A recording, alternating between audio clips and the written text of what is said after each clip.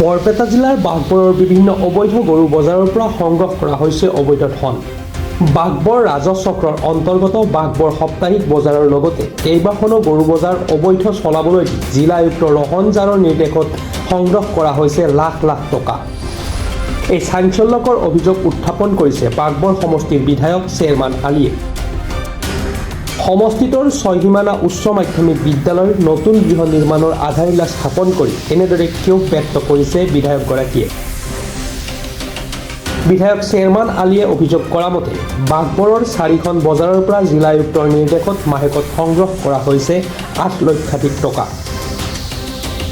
গৰু বজাৰসমূহ চৰকাৰীভাৱে বন্দবস্তি নিদি এছাম দালালৰ জৰিয়তে এনে বজাৰসমূহ চলাই 1 টকাৰ চিণ্ডিকেট ৰাজ চলাইছে জিলা আয়ুক্তই। বিগত 2 বছৰ ধৰি চলাইছে এনে দুৰ্নীতি অনিয়ম, যাৰ ফলত কোটি টকাৰ ৰাজহৰ পৰা বঞ্চিত হৈছে চৰকাৰ। শীঘ্ৰে এই ক্ষেত্ৰত ব্যৱস্থা গ্ৰহণ কৰিবলৈ ৰাজ্যৰ মুখ্যমন্ত্ৰীক দাবী জনাইছে বিধায়কগৰাকীয়ে। বিধায়ক চেয়াৰমান আলীৰ মতে অখিল গগৈ ভৱিষ্যতে অসমৰ মুখ্যমন্ত্ৰী হ'ব। সেইকাৰণে অখিল গগৈক ভয় কৰে মুখ্যমন্ত্ৰী হিমন্ত বিশ্ব শৰ্মাই। মুখ্যমন্ত্ৰীক বচাবলৈ সদায় বিজেপিৰ নেতাসকলে অখিল গগৈক ৰাজনৈতিকভাৱে টাৰ্গেট কৰে। অকল চৰাঞ্চল নহয়, সংখ্যালঘু অধ্যুষিত অঞ্চলবোৰতে শিক্ষকৰ যথেষ্ট অভাৱ, আৰু এইটো নতুন নহয়। যোৱা প্ৰায় 15 বছৰ আমি যথেষ্ট যুদ্ধ কৰি আছোঁ। বিশেষকৈ এই বিজেপি চৰকাৰৰ দিনত অতি আওকণীয়া মনোভাৱ লৈ তেওঁলোকে কাম কৰি আছে। পৰ্যাপ্ত শিক্ষক কোনো স্কুলতে নাই মুছলমান সংখ্যালঘু অধ্যুষিত এলেকাত। এই ক্ষেত্ৰত তেওঁলোকৰ পৰা বৰ বেছি আৰু আশা কৰি লাভ নাই, কাৰণ যিজন মুখ্যমন্ত্ৰীয়ে দিনে ৰাতিপুৱা শুই উঠাৰ পৰা ৰাতি শুৱালৈ তেওঁ মিয়া জনগোষ্ঠীক গালি পাৰে, মিয়া জনগোষ্ঠীক ঘৃণা কৰে, মিয়া জনগোষ্ঠীৰ অধপতন বিচাৰে। তেওঁৰ পৰাতো আমি বৰ বেছি ভাল আশা কৰি লাভ নাই। এই ক্ষেত্ৰত মই আমাৰ ৰাইজক আহ্বান জনাওঁ যে আপোনালোকে অকল বিধায়কজনক বা চৰকাৰৰ মুখাপেক্ষী হৈ থাকি লাভ নাই। স্কুলত যদি শিক্ষকৰ অভাৱ আছে, তেতিয়াহ'লে আপোনালোকে প্ৰত্যেকখন গাঁৱৰ পৰা বিনা বেতনে আপোনালোকৰ কমচে কম বোৱাৰীসকলক শিক্ষকতা কৰিব দিয়ক, যাতে আপোনালোকৰ সোণবোৰ কয়লা নহয়, আপোনালোকৰ ভৱিষ্যত প্ৰজন্মৰ জীৱন যাতে ধ্বংস নহয়। চৰকাৰে দিয়া নাই তাৰ অৰ্থ এইটো নেকি আমাৰ ল'ৰা ছোৱালী ধ্বংস কৰিম, আমাৰ ল'ৰা ছোৱালী গৈ কাণ ধৰি উঠাব দিব আৰু 100 বছৰ গোলামী কৰিব, সেইটোতো হ'ব নোৱাৰে।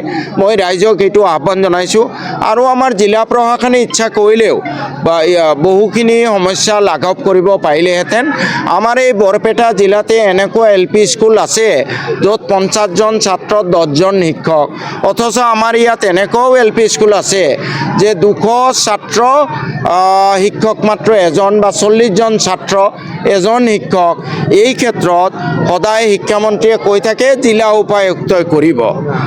জিলা উপায়ুক্ত, যিজন জিলা উপায়ুক্তয়ে বৰপেটা জিলাত চলি থকা বিভিন্ন দুৰ্নীতি, বিশেষকৈ যিটো পুলিচি আতিশয্য, ৰাতি মানুহবোৰ উঠাই লৈ গৈ আছে, ডেইলি নিউজত ভাইৰেল হৈ আছে, লাখ লাখ টকা নি মানুহবোৰক মানে যথেষ্ট হাৰাশাস্তি কৰিছে, আৰু ডিচিজন মুখত লেখা লগাই বহি আছে, ফিটা মাৰি বহি আছে।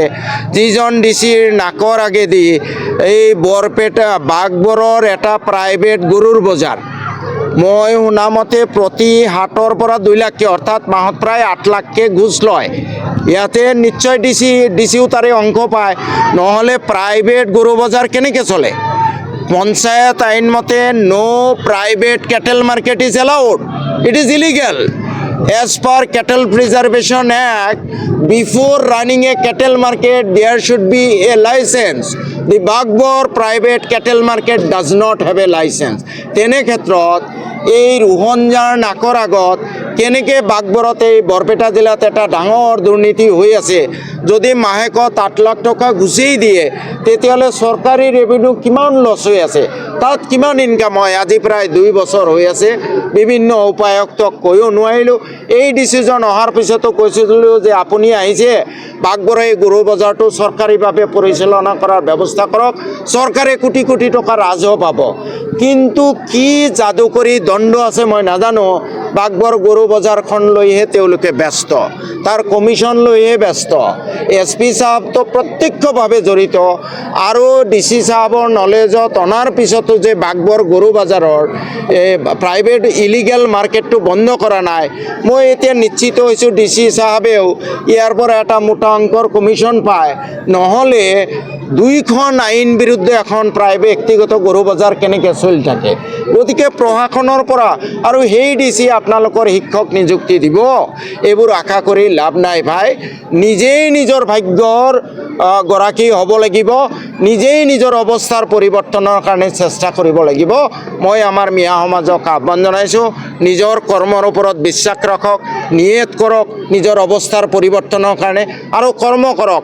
শিক্ষাত আটাইতকৈ বেছি গুৰুত্ব দিয়ক, সৎ জীৱন যাপন কৰক, সৃষ্টিকৰ্তাৰ কৰোণা ভিক্ষা কৰক, সৎ ব্যৱসায় কৰক আৰু ৰাজনীতি অলপ কমাই কৰক। বাগমাৰা চহৰৰ পৰা নুৰজামাল হুছেইন ৰিপৰ্ট, প্ৰাতঃ time digital. Mobile plus physiotherapy wellness and rehabilitation centre দক্ষিণ কামৰূপৰ ব্যৱসায়িক প্ৰাণকেন্দ্ৰ বিজয়নগৰৰ লগতে VIP চক আৰু গুৱাহাটী মালিগাঁও পাণ্ডৱনগৰত থকা তিনিওখন ক্লিনিক বৰ্তমান প্ৰায় 20 বছৰৰ অভিজ্ঞতা পুষ্ট তথা এতিয়ালৈকে প্ৰায় 40,000 ৰোগীক সুস্থ কৰি তোলা ডক্টৰ পল্লৱীনাথৰ তত্বাৱধানত চলি আছে।